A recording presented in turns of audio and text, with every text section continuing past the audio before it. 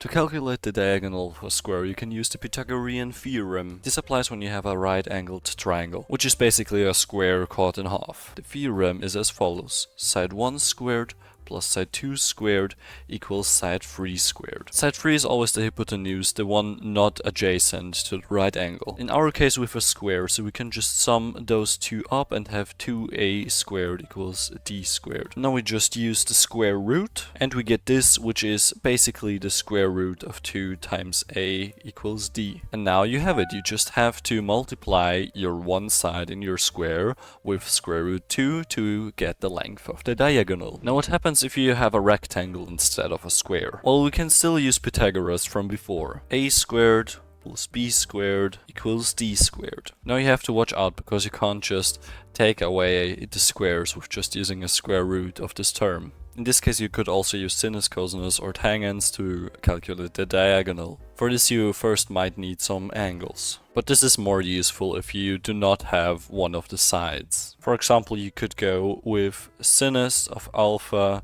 equals b divided by d. Following on to d equals b divided by sinus of alpha. To get alpha, you're first gonna have to use the arctan. All of this might be a bit more tedious, but you can use it if you do not have both of the sides, but you have an angle. Now, what if we don't have a right angle? What if we have something like this? Now this is a bit more awkward to calculate. But let's say we are still in possession of the sides a and b. Well, here you first have to decide on which diagonal you want to calculate. The right example is a bit more extreme to showcase that one side can be way longer than the other. Here you have to watch out with sinus, cosinus and Pythagoras, because you do not have a right angle. Depending on what is given to you, this is sometimes not solvable. For things like this you will most likely need the angle of what you're calculating, otherwise it would be a little bit difficult to calculate this, because you don't know how much it's tilted.